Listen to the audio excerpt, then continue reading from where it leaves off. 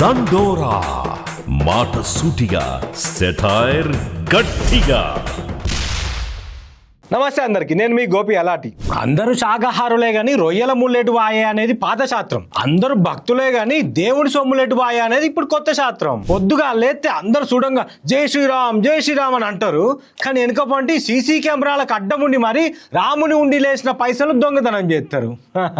భక్తితోటి భక్తులు వేసిన పైసలకు బంగారంకు సూటి పెట్టిరు కొందరు బట్టెబాజిగాళ్ళు. గుడికి భక్తులు బగ్గనే వస్తారు, ఉండిలు బగ్గనే నిండుతున్నాయి కానీ లెక్కల్లో తేడాలు కానత్తున్నాయి ఏందని అరుచుకుంటే దొంగతనం ముచ్చట బయట పడ్డది. మరి ఆ దొంగలు ఎవలా అని సీక్రెట్ కెమెరాలు పెడితే మొత్తం కథ బయటకు వచ్చింది. ఇక మీదికి ఎంచి కింది దాకా అందరూ దొంగలే అని తేలింది. ఇప్పటిదాకా 8 మందిని లోపటేసిర్రు.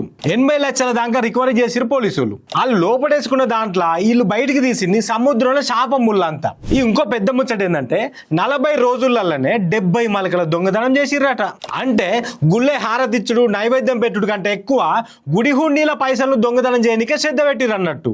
దూపైన కొద్ది నీళ్ళు తాగినట్టు అనిపించినప్పుడు వాళ్ళ దొంగతనం చేసి జేవులు వేసుకున్నారు అన్నట్టు. ఓ దిక్కేమో జై శ్రీరామ్ అంటేనే బువ్వ పెడతాం అని అన్నదాన కార్యంలో అనే అసొంటి భయంకరమైన భక్తులు ఉంటే, ఇంకో దిక్కేమో జై శ్రీరామ్ అనుకుంటేనే రాముడి గుళ్ళే సొమ్ము దొంగతనం చేసే భయంకరమైన భక్తులు ఉన్నారు.